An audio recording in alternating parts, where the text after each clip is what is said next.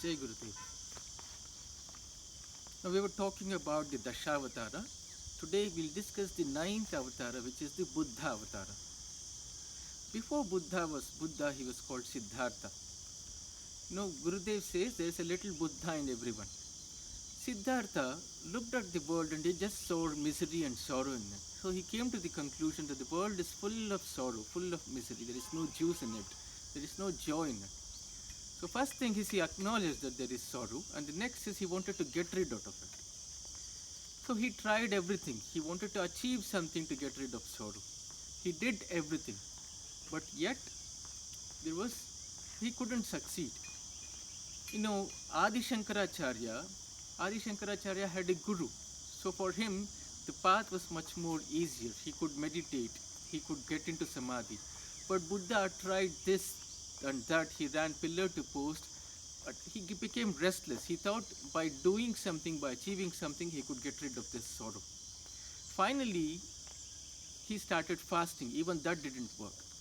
Finally, what happened was, he left everything and he just relaxed. And it is said that is when he got enlightened. So enlightened is got not by achieving or doing something, but by relaxing. 100% relaxation is meditation, is samadhi.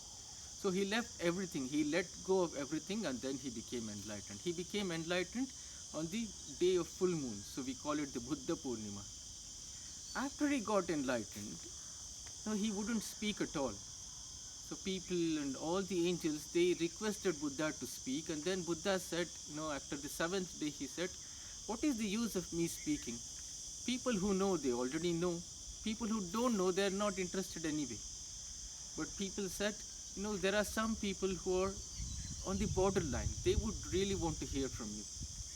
Finally, Buddha said something.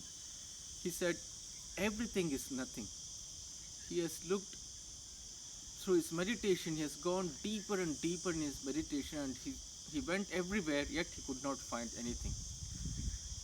Adi Shankara said the same thing, but with a different logic. If somebody is there and he says there is nothing, then who is this somebody? So there has to be one. So that's when Adi Shankaracharya came up with this philosophy of Advaita. But for Buddha, he says everything is nothing, everything is empty. So when everything is empty, what do you hold on to? Including the praise, appreciation and insults. There is no meaning at all because everything is nothing. So there is a beautiful story. Once after Buddha got enlightened, he was begging and he went to a merchant shop.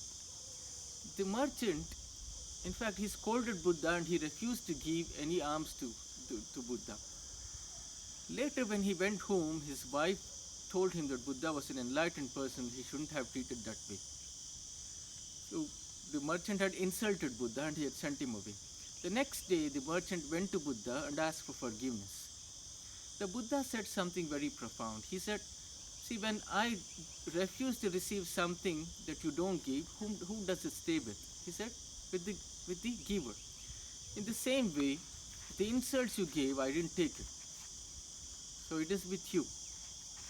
This is one story. Another story, he said, the same way, a person who had insulted Buddha again came to Buddha and asking for forgiveness.